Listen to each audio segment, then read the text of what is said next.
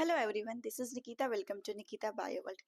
Friends, हमने अभी तक कंप्लीट कर लिए हैं कुछ double membrane bound cell organelles को। Double membrane bound cell organelle का मतलब है जिसके ऊपर दो झिल्लियां उपस्थित होती है। ऐसे दो ऑर्गेनेल जो कि सेमी ऑटोनॉमस भी कहे जाते हैं। कौन है वो दो ऑर्गेनेल? एक हमने बात की थी माइटोकॉन्ड्रिया की। माइटोकॉन्ड्रिया हम कंप्लीट कर चुके हैं। उम्मीद कर रही हूँ कि आपने प्रीवियस वीडियो देखा होगा और माइटोकॉन्ड्रिया आपको पूरा समझ आ गया होगा। माइटोकॉन्ड्रिया के बाद हमने बात की थी प्लास्टिड की। इस प्लास्टिड के अंदर अंदर हमने डिटेल में किसको कंप्लीट किया है? क्लोरोप्लास्ट को। प्लास्टिड जिसको हम लवक कहते हैं, इसके अंदर हमने क्लोरोप्लास्ट को डिटेल में कंप्लीट कर लिया है। ये दोनों ही सेल ऑर्गेनेल क्या कहे जाते हैं? डबल मेम्ब्रेन बाउंड कहे जाते हैं, सेमी ऑटोनॉमस कहे जाते हैं। इन दोनों में बहुत सारी सिमिलैरिटीज होती है जिनको हमने प्रीवियस वीडियो में देख लिया है। अब बारी आती है सेल के उस सेल ऑर्गेनेल को कंप्लीट करने की, समझने की, जो पूरे सेल को रेगुलेट करता है, जिसको हम कहते हैं brain of the cell. Brain of the cell, control centre of the cell किसको कहते हैं? न्यूक्लियस को, केंद्रक को। इस न्यूक्लियस के लिए हमारे पास जो जो चीजें हैं उसमें हमें क्या कंप्लीट करना है? न्यूक्लियस का स्ट्रक्चर देखना है। न्यूक्लियस के स्ट्रक्चर के अंदर जो भी चीजें मिल रही है, हर एक चीज का क्या फंक्शन है वो हम डिटेल में कंप्लीट करेंगे। तो पहले हम इस न्यूक्लियस के बारे में, इस केंद्रक के बारे में कुछ जो बेसिक सी चीजें हैं उनको लिख लेते हैं। जैसे मैंने अभी अभी आपसे क्या कहा, ये double membrane bound cell organelle है। यानी कि इसके ऊपर हमें कितनी झिल्ली मिलेगी? दो झिल्ली मिलेगी। द्विझिल्ली युक्त ये होता है, double membrane bound cell organelle है। इसके अलावा हम 9th क्लास से पढ़ते आ रहे हैं the fundamental unit of life chapter, आपने देखा होगा, जहां पर हम बात करते हैं केंद्रक की डिस्कवरी की। इसको डिस्कवर किसने किया? इसके डिस्कवरर का नेम है, आपको याद रखना है, रॉबर्ट ब्राउन, जिन्होंने इसको 1831 में डिस्कवर किया है, बताया है इन्होंने डिटेल स्टडी करके। एक और साइंटिस्ट का नेम आप याद रख सकते हो। न्यूक्लियस का स्ट्रक्चर जब हम पढ़ेंगे तो एक वर्ड वहां पर इंट्रोड्यूस होगा विच इज क्रोमेटिन। ये क्रोमेटिन बेसिक डाई से स्टेन हो जाता है। ये स्टेन हो जाता है, इस बेसिस पर साइंटिस्ट ने क्या किया है, इसका नाम रखा है क्रोमेटिन। मतलब साइंटिस्ट का नेम है फ्लेमिंग, जिन्होंने उस थ्रेड लाइक स्ट्रक्चर को क्या नाम दिया? क्रोमेटिन नाम दिया। क्रोमेटिन कहाँ प्रेजेंट होता है? न्यूक्लियस के अंदर होता है। क्या फंक्शन है इसका भी हम जानेंगे इसको, बट अभी हमने केवल दो बातें की है। न्यूक्लियस केंद्रक को हम डबल मेम्ब्रेन बाउंड कहते हैं। इसको डिस्कवर करने वाले साइंटिस्ट कौन है? रॉबर्ट ब्राउन है, 1831 में डिस्कवर किया है। जो क्रोमेटीन है, जो बेसिक डाई से स्टेन हो जाता है, फ्लेमिंग ने इसको क्या नाम दिया? क्रोमेटिन नाम दिया है। इतना आप याद रखेंगे केंद्रक में। अब हम अगर बात करें केंद्रक की स्ट्रक्चर की, केंद्रक का स्ट्रक्चर कैसा दिखाई देता है, तो इसके स्ट्रक्चर में मेन हम क्या बात करेंगे? चार चीजों की। पहले हम इसका डायग्राम देखते हैं। कुछ इस तरीके का ये हमारा न्यूक्लियस होता है, हमारा केंद्र कुछ इस तरीके का दिखाई देता है। अब इस न्यूक्लियस के अंदर हम बाहर से आउटसाइड टू इनसाइड जाएंगे और इसकी हर एक चीज को डिटेल में देखते हैं। पहले बात करें इसके न्यूक्लियर एनवलप की। न्यूक्लियर एनवलप, केंद्रक आवरण, मिलकर बना होता है दो चीजों से। एक इसकी झिल्ली होती है जिसको हम कहते हैं आउटर मेम्ब्रेन, यानी कि बाह्य झिल्ली, आउटर मेम्ब्रेन।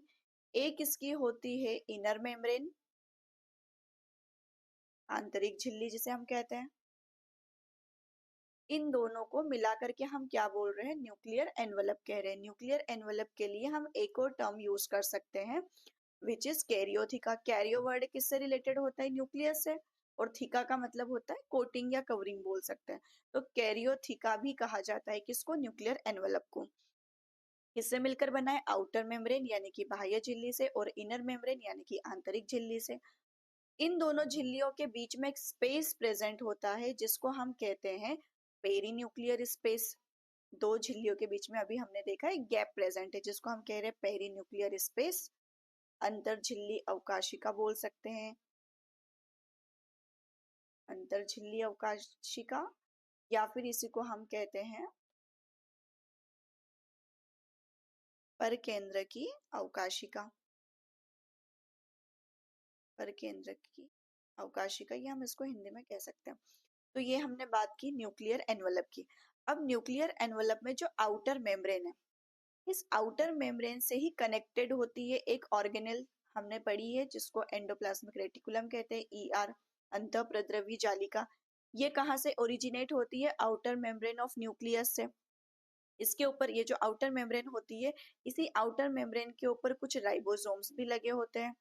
कौन से टाइप के होंगे? एटीएस टाइप के राइबोसोम होंगे।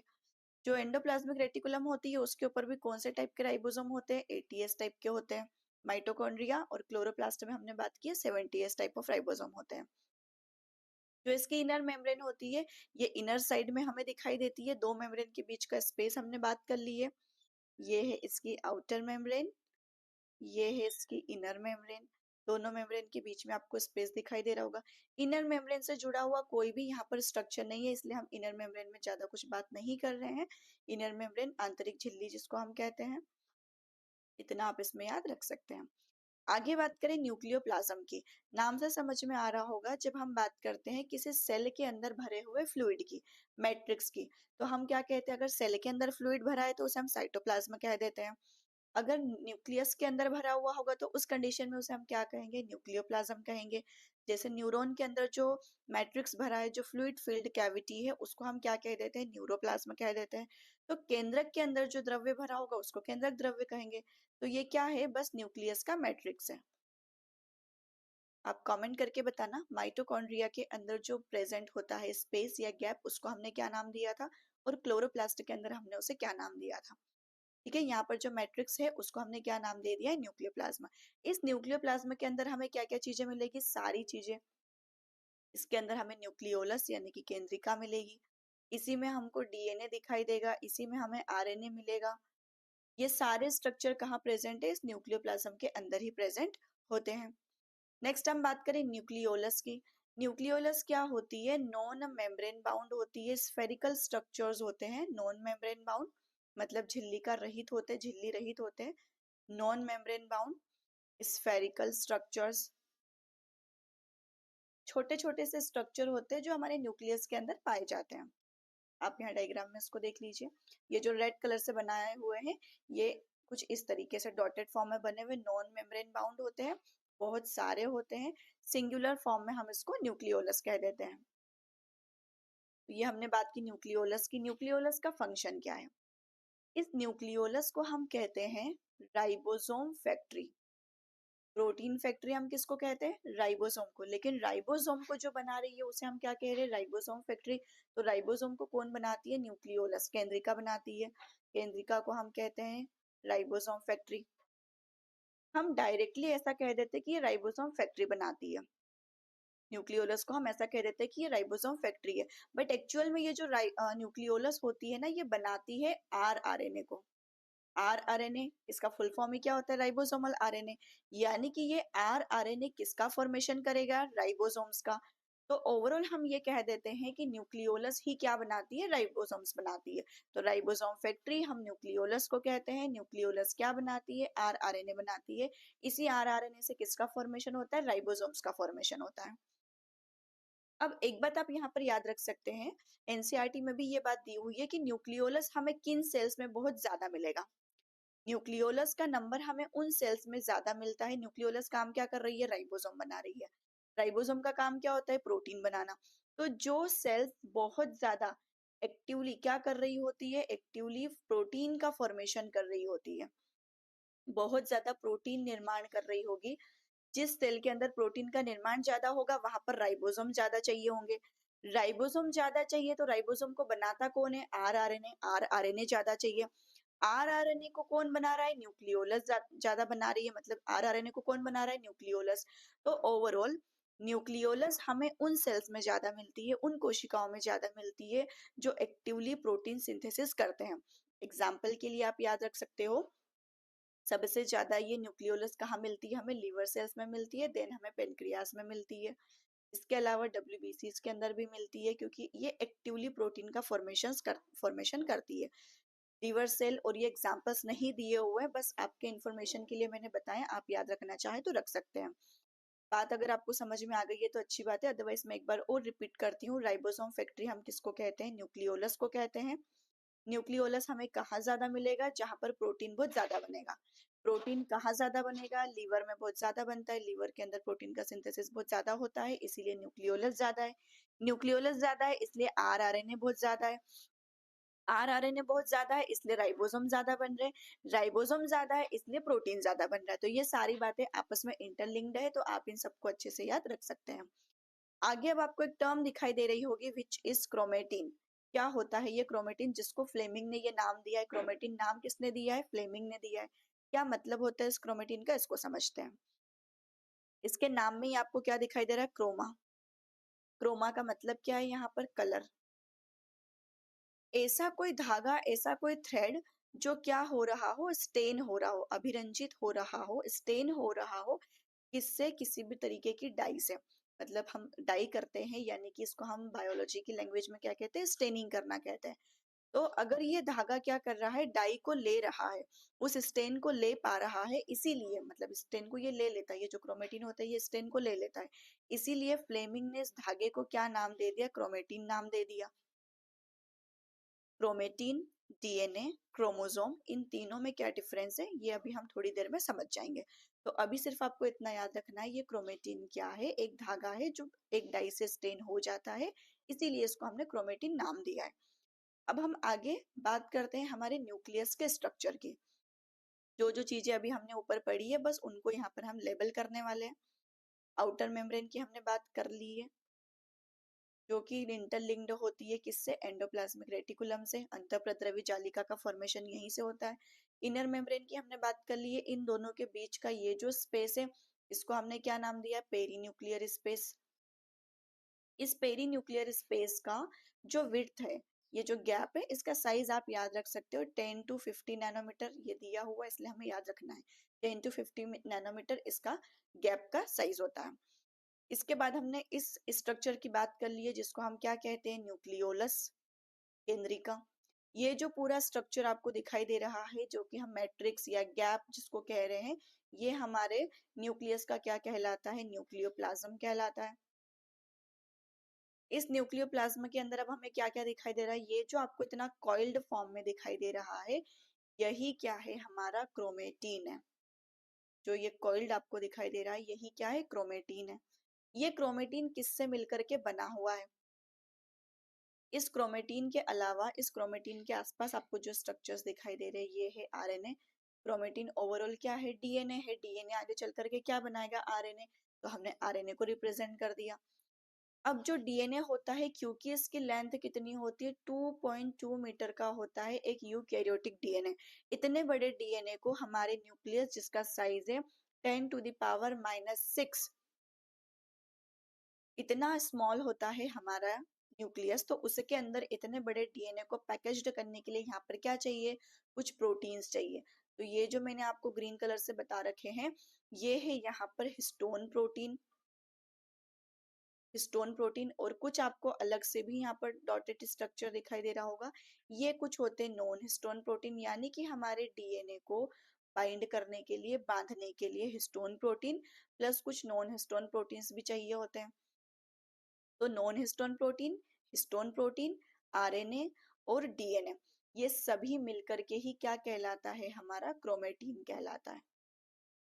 अब ये जो हमने दो मेम्ब्रेन्स बनाई है, आउटर मेम्ब्रेन, इनर मेम्ब्रेन, इन मेम्ब्रेन के यहाँ पर आपको गैप दिखाई दे रहा होगा। कहीं कहीं पर outer membrane inner membrane fuse हो गई है, आउटर मेम्ब्रेन और इनर मेम्ब्रेन फ्यूज हो गई है। इसके फ्यूज होने से क्या हो गया? यहाँ पर पोर का फॉर्मेशन हो गया। इसको हम क्या कहते हैं? क्योंकि ये न्यूक्लियस के अंदर बने हुए पोर है तो इनको हम क्या कहते हैं? Nuclear pore. In nuclear pore से होता क्या है? इनका काम क्या होता है? इन पोर्स का, ये बाई डायरेक्शनली काम कर सकते हैं। अभी हमने बात की डीएनए की, तो डीएनए से आरएनए बनेगा। इस प्रोसेस को हम ट्रांसक्रिप्शन कहते हैं, जो कि यही कंप्लीट हो जाती है। जब यहाँ पर आरएनए का फॉर्मेशन हो जाता है तो ये आरएनए साइटोप्लाज्म में चला जाता है। ये हमारी सेल, सेल के अंदर न्यूक्लियस। अब यहाँ पर आरएनए बना तो वो कहाँ आएगा? साइटोप्लाज्म में। तो यहाँ से ही ये जो आपको पोर दिखाई दे रहा है, यहाँ से ही हमारा आरएनए कहाँ आएगा? इस साइटोप्लाज्म के, इस साइटोप्लाज्म के अंदर, साइटोप्लाज्म जो यहाँ प्रेजेंट होगा। न्यूक्लियोप्लाज्म से साइटोप्लाज्म में इस पोर के थ्रू ही आरएनए बाहर आएगा। बहुत सारा ऐसा मटेरियल जो इस साइटोप्लाज्म से कहाँ जाएगा? न्यूक्लियोप्लाज्म के अंदर, यानी कि न्यूक्लियस के अंदर। तो न्यूक्लियस के अंदर चीजों को एंटर करने के लिए भी कौन हेल्प करेगा? ये न्यूक्लियर पोर ही हेल्प करेगा। तो ये बाई डायरेक्शनल होता है, यानी कि दोनों दिशाओं में काम करता है। जिससे क्या होता है? साइटोप्लाज्मा यानी कि सेल के अंदर से चीजें हमारे न्यूक्लियस के अंदर जाती है और न्यूक्लियस के अंदर से चीजें कहाँ जाती है, हमारे साइटोप्लाज्म के अंदर जाती है। तो ये किसकी हेल्प से हो पाता है, न्यूक्लियर पोर की ही हेल्प से हो पाता है। आई होप आपको न्यूक्लियस का पूरा स्ट्रक्चर क्लियर है। अब जैसे अभी हमने बात की, पहले हम न्यूक्लियस के फंक्शंस की बात करते हैं, देन हम इस क्रोमोसोम पर वापस आएंगे, क्रोमोसोम को समझेंगे।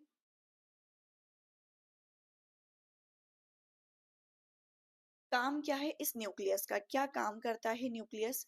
अभी अभी हमने देखा कि न्यूक्लियस के अंदर ही क्या दिखाई दे रही है, हमें न्यूक्लियोलस दिखाई दे रही है। न्यूक्लियोलस क्या कर रही थी, किसका फॉर्मेशन कर रही थी, आरआरएनए का। न्यूक्लियोलस ही क्या बना रही थी, आरआरएनए। आरआरएनए क्या बनाएगा, राइबोसोम बनाएगा। तो क्या हम ये कह सकते हैं कि जो हमारा न्यूक्लियस होता है वो किसका फॉर्मेशन करता है, राइबोसोम का। हमारे न्यूक्लियस के अंदर ही क्या हो रहा है, राइबोसोम का फॉर्मेशन हो रहा है। न्यूक्लियस ने हमारे डीएनए को यानी कि हमारे अनुवांशिक पदार्थ को, हमारे जेनेटिक मटेरियल को क्या करके रखा है, प्रोटेक्ट करके रखा है। अनुवांशिक पदार्थ को क्या करके रखा है, प्रोटेक्ट करके रखा है। इस न्यूक्लियस के कारण ही जो जेनेटिक इंफॉर्मेशन होती है, जो भी हमारा आनुवंशिक डेटा होता है, वो पेरेंट्स से प्रोजेनी में ट्रांसफर हो पाता है। तो जेनेटिक इंफॉर्मेशन कौन ट्रांसफर कर रहा है, हमारा न्यूक्लियस ट्रांसफर कर रहा है। तो जेनेटिक इंफॉर्मेशन ट्रांसफर हो रही है, ये फंक्शन है हमारे न्यूक्लियस का। क्रोमोसोम्स भी किसके अंदर फॉर्म होंगे, यहीं फॉर्म होंगे। तो क्रोमोसोम्स को भी कौन अपने अंदर रखे हुए है, न्यूक्लियस। यानी कि आप सिर्फ एक चीज याद रखिए, डीएनए, क्रोमोसोम, क्रोमेटिन सब एक ही है। तो इन सबको संभाल कर प्रोटेक्ट करके कौन रखता है, हमारा न्यूक्लियस रखता है। राइबोसोम का फॉर्मेशन भी हमारे न्यूक्लियस के अंदर प्रेजेंट न्यूक्लियोलस के कारण हो रहा है। इसके अलावा सेल की जो मेटाबॉलिक एक्टिविटीज होती है, उपापचय क्रियाएं होती है, उन मेटाबॉलिक एक्टिविटीज को भी कौन रेगुलेट करता है, हमारा न्यूक्लियस करता है। Metabolic activities regulation, metabolic activities को, उपापचय क्रियाओं को ये क्या करता है, रेगुलेट करता है। इसके अलावा आप याद रखेंगे हमारे न्यूक्लियस के फंक्शन में, हेल्प्स इन प्रोटीन सिंथेसिस। मतलब प्रोटीन का फॉर्मेशन यहाँ पर नहीं हो रहा है, प्रोटीन का निर्माण नहीं हो रहा है, ये सिर्फ हेल्प कर रहा है। क्यों, क्योंकि प्रोटीन कब बनेगा, जब आरएनए बनेगा, एमआरएनए बनेगा। ये एमआरएनए कहाँ बन रहा है, डीएनए से। ये एमआरएनए का फॉर्मेशन कहाँ होता है, न्यूक्लियस में ही होता है। ठीक है, तो डीएनए से आरएनए का फॉर्मेशन किसके अंदर होता है, न्यूक्लियस में। फिर आरएनए से आगे चल के क्या बनता है, प्रोटीन। ये जो प्रोसेस होती है ये कहाँ होती है, साइटोप्लाज्म में होती है। बट डीएनए से आरएनए बनने की प्रोसेस कहाँ होती है, न्यूक्लियस के अंदर। तो ये एक काम करता है। ये कुछ बेसिक से फंक्शन है जो आप याद रख सकते हो। अब न्यूक्लियस से रिलेटेड एक और बात है जो आपको एनसीईआरटी में भी मिल जाएगी, सो आपको याद रखनी ही है। कई बार क्या होता है, न्यूक्लियस का जो नंबर होता है, न्यूक्लियस का नंबर वेरी करता है। जैसे हमने सुना हुआ है आरबीसी, आरबीसी के अंदर, जो कि हमारी बाइकॉन्केव शेप की आरबीसी होती है, इस आरबीसी के अंदर न्यूक्लियस नहीं होता है। ये कैसी होती है, ई न्यूक्लिएटेड होती है, यानी कि केंद्रक रहित होती है। जो मेच्योर आरबीसी होती है उसके पास केंद्रक नहीं होता है। मेच्योर आरबीसी के पास में केंद्रक नहीं होता है, तो हम ऐसे सेल को क्या कह देते हैं, ई न्यूक्लिएटेड कह देते हैं। कई बार क्या होता है, मतलब यहाँ पर तो न्यूक्लियस है ही नहीं, न्यूक्लियस का नंबर क्या है यहाँ पर, 0, न्यूक्लियस है ही नहीं। कई बार ऐसा होता है कि जो न्यूक्लियस है किसी सेल के अंदर हमें दो मिलते हैं। दो न्यूक्लियस अगर किसी के अंदर प्रेजेंट है तो हम उसे क्या कहते हैं, उस सेल को क्या कहते हैं, बाई न्यूक्लिएटेड, द्विकेंद्र की। जैसे आपको एग्जाम्पल के लिए याद होगा, पेरामीशियम। जो पेरामीशियम होता है उसके पास दो न्यूक्लियस होते हैं, एक को हम कहते हैं उसका माइक्रो न्यूक्लियस, एक होता है उसका मैक्रो न्यूक्लियस, यानी कि दो केंद्रक है उसके पास। कई बार क्या होता है, किसी के पास में बहुत सारे न्यूक्लियस होते हैं, किसी सेल के पास मल्टीपल न्यूक्लियस है। तो उस कंडीशन में हम क्या कहते हैं, सेल को क्या कहेंगे, multi nucleate, multi nucleated cell. इसका एग्जाम्पल में आप याद रख सकते हो, कुछ फंगस, फाइकोमाइसिटिस क्लास के अंदर जैसे आता है, राइजोपस हो गया, म्यूकर, इनके पास में मल्टीपल न्यूक्लियस होते हैं। एक सेल के अंदर की बात हो रही है, एक सेल के अंदर बहुत सारे जब न्यूक्लियस हो तो ऐसी कंडीशन को हम सिनोसिटिक भी कहते हैं। और ये सेल क्या कहलाती है, मल्टी न्यूक्लिएटेड सेल कहलाती है। राइजोपस हो गया, म्यूकर याद रख सकते हैं आप। ये क्या है, ये फंगस है। एंड एल्ब्यूगो, और आप याद रखना चाहे तो एल्गी होती है एक एसिटाब्यूलेरिया, इसके अंदर भी हमें मल्टीपल न्यूक्लियस मिल सकते हैं, एसिटाब्यूलेरिया।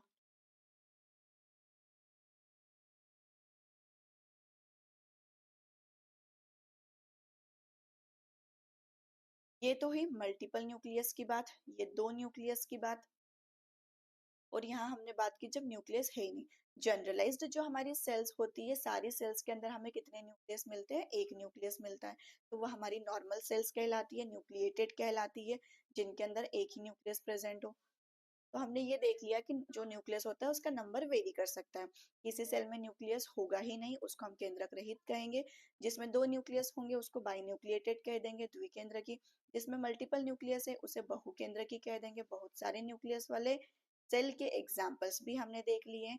कुछ फंगस हो सकता है, कुछ एल्गी हो सकती है। आई होप आपको यहाँ तक न्यूक्लियस के फंक्शन वगैरह सारे क्लियर हो गए हैं। अब हम बात करते हैं इस न्यूक्लियस के अंदर मिलने वाले क्रोमोसोम, क्रोमेटिन, डीएनए, ये सब क्या है इन सब की।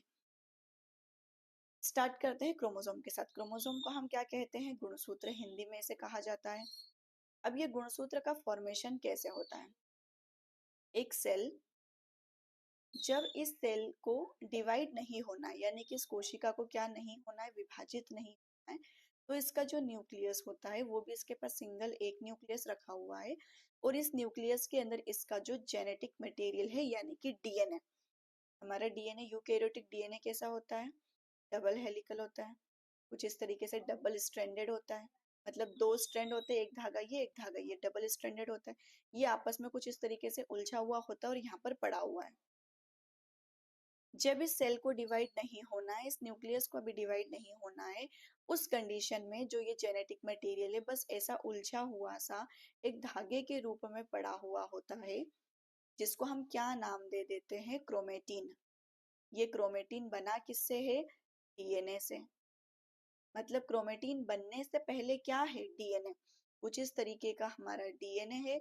यही आगे चल करके जब सेल के अंदर ऐसे ही पड़ा हुआ है, लूज फॉर्म में पड़ा हुआ है, जब सेल को डिवाइड नहीं होना है, तो हमने इसको क्या नाम दे दिया है, क्रोमेटिन नाम दे दिया है।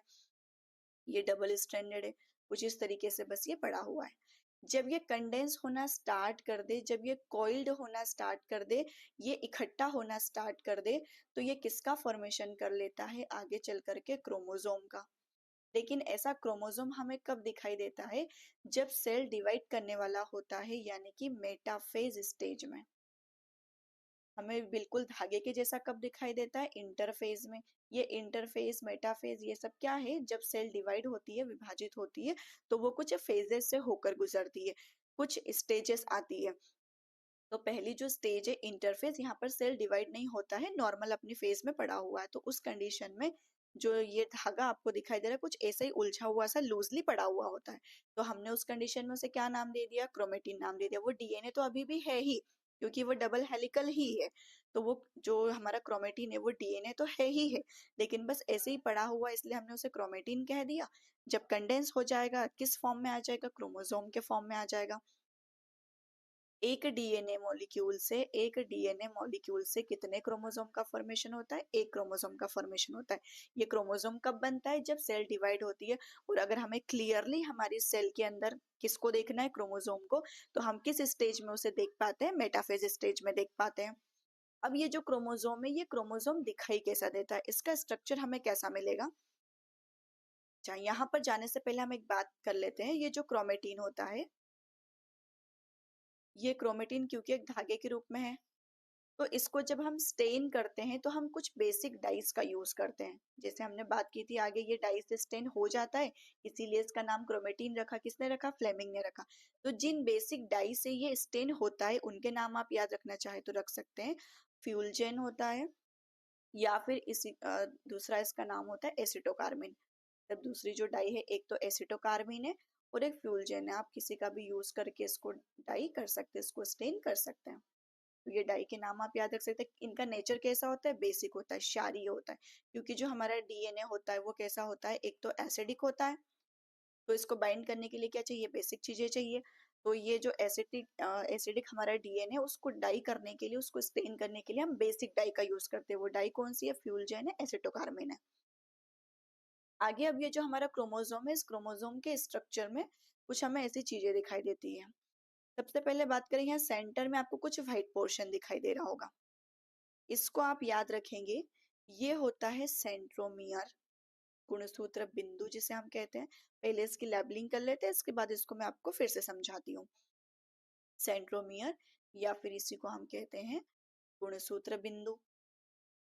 इस गुणसूत्र बिंदु से हमें कुछ ग्रीन कलर के स्ट्रक्चर लगे हुए दिखाई दे रहे हैं, डिस्क शेप्ड ये स्ट्रक्चर होते हैं, डिस्क लाइक स्ट्रक्चर।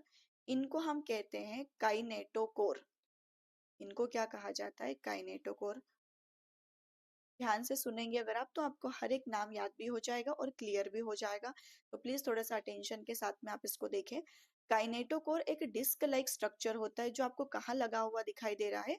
इस सेंट्रोमियर से अटैच्ड दिखाई दे रहा है। इसका एक इंपॉर्टेंट रोल होता है, जब सेल को डिवाइड होना होता है, कोशिका को विभाजित होना होता है, तो ये जो दोनों भुजाएं होती है इसकी, इस क्रोमोसोम की, वो सेपरेट होती है। उनको सेपरेट करने के लिए, उनको खींचने के लिए इस काइनेटोकोर पर आकर लगते हैं सेंट्रोसोम के धागे, स्पिंडल फाइबर जिसे हम कहते हैं।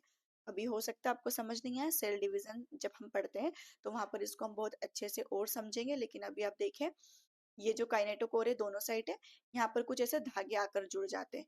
इन धागों को हम कहते हैं स्पिंडल फाइबर। ये क्या करते हैं? इस क्रोमोसोम को खींचने की कोशिश करते हैं। तो ये जो इतना एरिया खींचकर अलग हो जाएगा, इतना इधर का जो एरिया खींचकर इधर अलग हो जाएगा। तो जो अटैच होने के लिए स्पेस चाहिए, वो स्पेस कौन देता है? ये काइनेटोकोर देते हैं। इसके अलावा आपको ये वाली जो भुजा दिखाई दे रही है, ये आर्म, इसे हम पी आर्म कहते हैं, ये भी पी आर्म है। नीचे वाली जो आर्म आपको दिखाई दे रही है, इसे हम क्यू आर्म कहते हैं। इस पी का यहाँ पर मतलब होता है पेटीट, या पिटाइट भी इसे ही कहते हैं। पिटाइट या पेटीट का मतलब होता है शॉर्ट। ये जो आर्म होती है जनरली थोड़ी शॉर्ट होती है, इसलिए हम इसे पी आर्म कहते हैं। और रिस्पेक्टिवली आगे पी के आगे क्यू आता है, इसलिए इसे क्यू आर्म कहते हैं। इसका स्पेसिफिक कोई मीनिंग नहीं है। अब ये जो स्ट्रक्चर है, जहां पर हमारा सेंट्रोमियर प्रेजेंट है, इस सेंट्रोमियर वाले रीजन को हम क्या कह देते हैं? प्राइमरी कॉन्स्ट्रिक्शन, प्राथमिक संकीर्णन। प्राइमरी कॉन्स्ट्रिक्शन,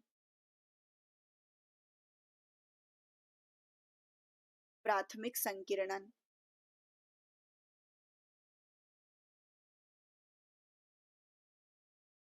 हुआ क्या? ये प्राथमिक संकीर्णन बना कैसे, इसको हम यहाँ देखते हैं।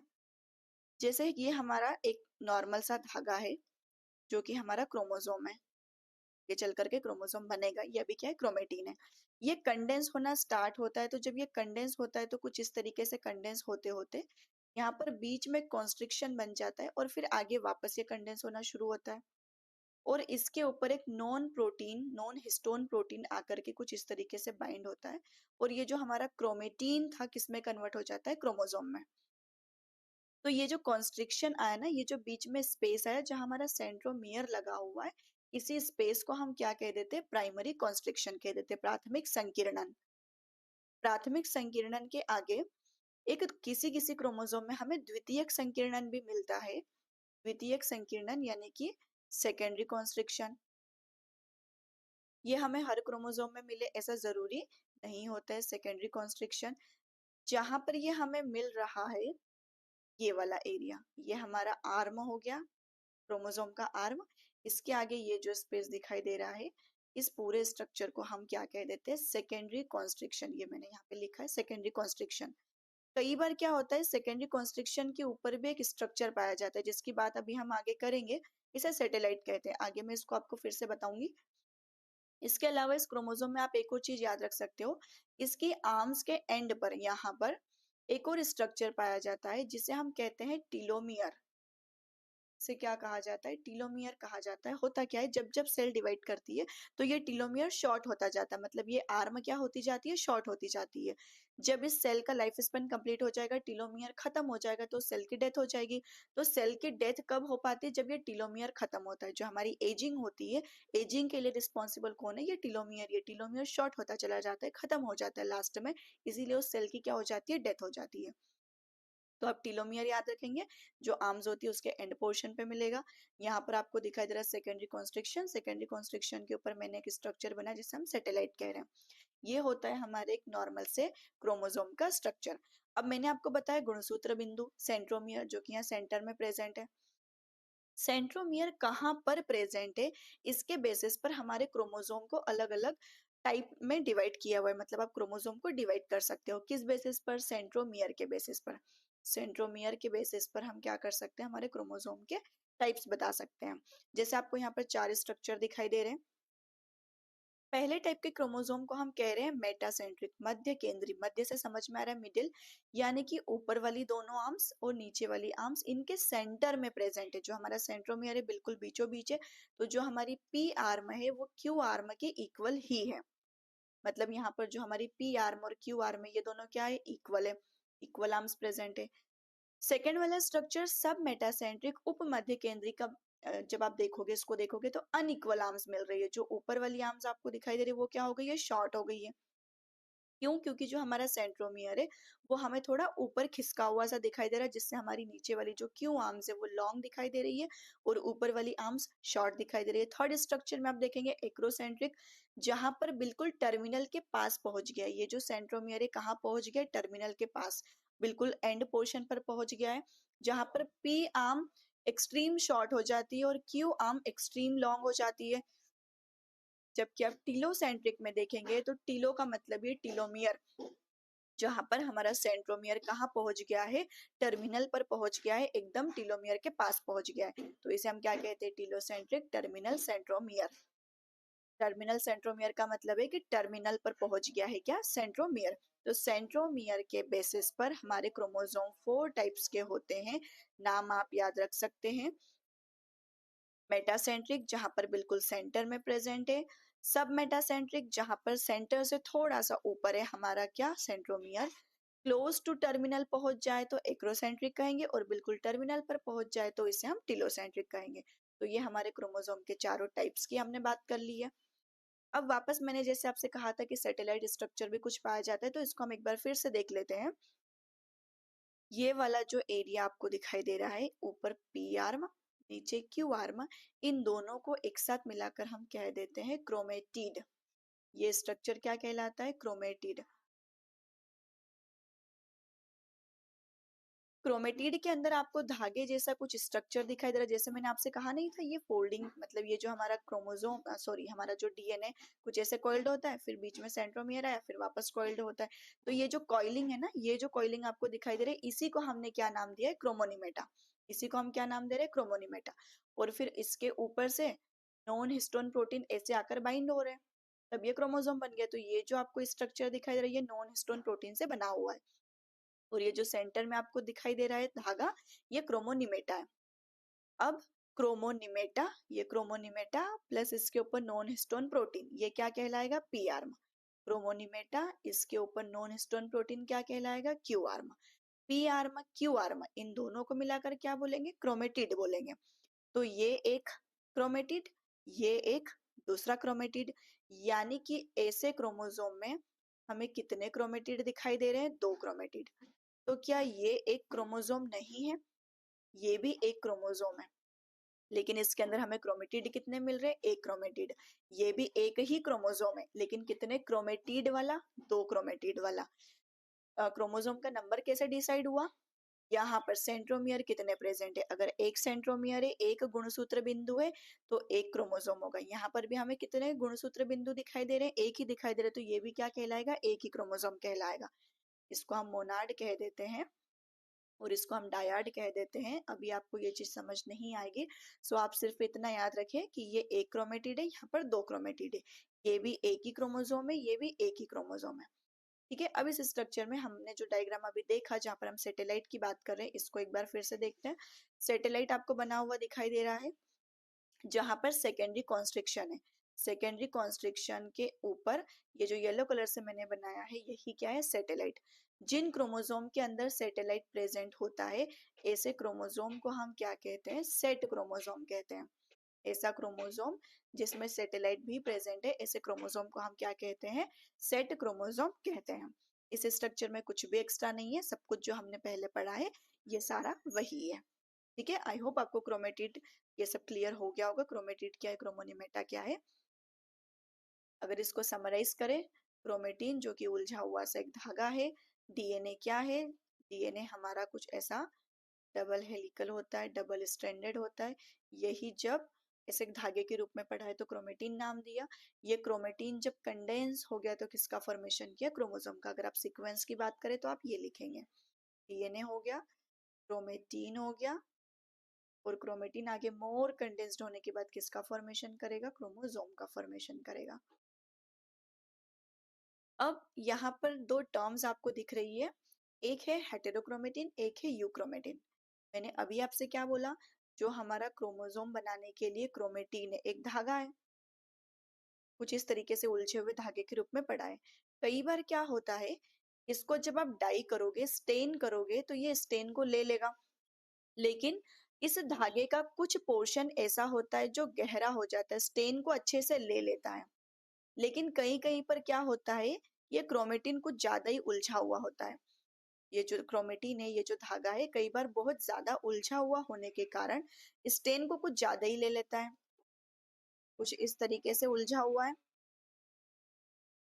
इस जगह पर जब आप डाई को डालोगे तो इस जगह पर वो डाई ज्यादा गहरी हो जाएगी, जबकि आप इस वाले पोर्शन पे डालोगे तो यहाँ पर डाई थोड़ी कम ले पाएगा। इसी बेसिस पर, यानी कि ये जो हमारा क्रोमेटिन है, ये पूरा क्रोमेटिन ही है, इसने जिस जगह पर लूजली पैक्ड होने के कारण कम डाई को लिया है, कम स्टेन को लिया है, तो उसको हम क्या कह देते हैं? सॉरी, उसको हम क्या कह देते हैं? यूक्रोमेटिन। यूक्रोमेटिन में आपको ये जो यू दिखाई दे रहा है, इसका मतलब होता है ट्रू, हमने पहले भी बात की है। जिस क्रोमेटिन के धागे ने कम स्टेन को लिया है, उसको हमने क्या नाम दिया? यूक्रोमेटिन। क्यों? क्योंकि ये कैसा है? लूज है। लूज होने के कारण ये क्या कर पाता है? एक्टिव रहता है ट्रांसक्रिप्शन प्रोसेस में। ट्रांसक्रिप्शन का मतलब होता है डीएनए से आरएनए बनना। डीएनए से किसका फॉर्मेशन होगा? आरएनए का फॉर्मेशन होगा।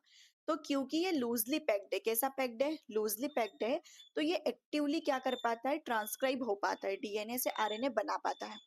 जबकि आप ये वाला पोर्शन देखो, जहां पर हमारा जो क्रोमेटिन है बहुत ज्यादा उलझा हुआ है, और ज्यादा उलझे हुए होने के कारण यहाँ पर एक धागे की पूरी गांठ सी बन गई है, लंप बन गया है, और फिर उसको स्टेन किया तो उसने स्टेन को बहुत ज्यादा ले लिया है। तो ये हमें कैसा दिखाई देगा? डार्क दिखाई देगा। जो पोर्शन क्रोमेटिन का डार्क स्टेन हो जाता है, कैसा स्टेन हो जाए? डार्क स्टेन हो जाए, क्योंकि उसने स्टेन को ज्यादा ले लिया है। इस कंडीशन में हम इसको क्या नाम देते हैं? हेटेरोक्रोमेटिन। और ये क्या होता है? एक्टिव नहीं होता, ये ट्रांसक्रिप्शन नहीं कर सकता है। ट्रांसक्रिप्शन का मतलब क्या है? डीएनए से आरएनए बनना, तो ये ट्रांसक्रिप्शन नहीं कर सकता, उलझा हुआ सा है। डीएनए से आरएनए कैसे बन पाएगा? जब डीएनए को कोई रीड ही नहीं कर पाएगा तो उससे आरएनए बनेगा कैसे? तो ये ट्रांसक्रिप्शन नहीं कर पाता है, डार्क स्टेन होता है। क्यों? क्योंकि इसने बहुत ज्यादा इंक को, बहुत ज्यादा डाई को ले लिया है। जबकि हमने बात की यूक्रोमेटिन की, इसको ट्रू क्रोमेटिन कहा जाता है क्योंकि ये लूजली पैक्ड होता है, एक्टिव होता है क्योंकि ये ट्रांसक्रिप्शन कर पाता है, डीएनए से आरएनए का फॉर्मेशन हो पाता है। तो ये हमें कैसा दिखाई देता है? ये हमें लाइट दिखाई देता है। आप एक धागे को इमेजिन करो, एक लंबा सा धागा है, उसको आपने इंक में डुबोया, तो वो जो उसका कलर होगा, उसने कलर तो पूरा पी लिया, लेकिन उसका जो कलर है आपको लाइट दिखाई देगा। वहीं आप एक दूसरा धागे की पूरी गट्ठी ले लो, पूरा का पूरा धागे का आपने लंप बना लिया, उसको इंक में डुबोया, अब आप उसको देखोगे तो कैसा दिखाई देगा? डार्क दिखाई देगा। तो यहाँ पर यही हुआ, ये धागा पूरा उलझ के गट्ठी बन गया है, तो यहाँ पर इसने इंक को बहुत ज्यादा ले लिया है, इसलिए ये डार्क दिखाई दे रहा है, इसीलिए ये डीएनए से आरएनए नहीं बना पा रहा है। जबकि एक सीधा सा धागा है जो कि लाइट दिखाई देगा। क्यों? क्योंकि उसने कम इंक को लिया है, इसलिए वो लाइट दिखाई दे रहा है। सिंगल सा धागा है, इसीलिए रीड करना आसान है, इसीलिए इससे डीएनए से क्या बन पा रहा है? आरएनए बन पा रहा है। इसीलिए हम बोल पा रहे हैं कि ये एक्टिव होता है ट्रांसक्रिप्शन प्रोसेस में। तो आपको हेटेरोक्रोमेटिन, यूक्रोमेटिन में याद रखना है, यूक्रोमेटिन लाइट कलर होता है, हेटेरोक्रोमेटिन डार्क कलर होता है। यूक्रोमेटिन से डीएनए से आरएनए बनेगा, हेटेरोक्रोमेटिन में डीएनए से आरएनए नहीं बन पाएगा। आई होप आपको हेटेरोक्रोमेटिन, यूक्रोमेटिन क्लियर हो गया है। हमने न्यूक्लियस के फंक्शंस की बात कर ली है, न्यूक्लियस के नंबर की बात कर ली है। तो यहाँ पर खत्म होता है हमारा न्यूक्लियस और हमारा क्रोमोसोम। अगर अभी भी इसमें कुछ डाउट है, आपको कोई चीज समझ नहीं आई है, तो आप कमेंट करें, आपको उसका आंसर मिलेगा। आपको एक 2 से 3 मिनट का या 2 से 5 मिनट का एक सेशन मिलेगा, जिसके अंदर में आपको डीएनए, क्रोमेटिन एंड क्रोमोसोम इनको एक बार फिर से क्लियर कर दूंगी। अगर आप शॉर्ट में उस चीज को समझना चाहते हैं तो आप इस वीडियो को जरूर देखना। Thank you for watching this video.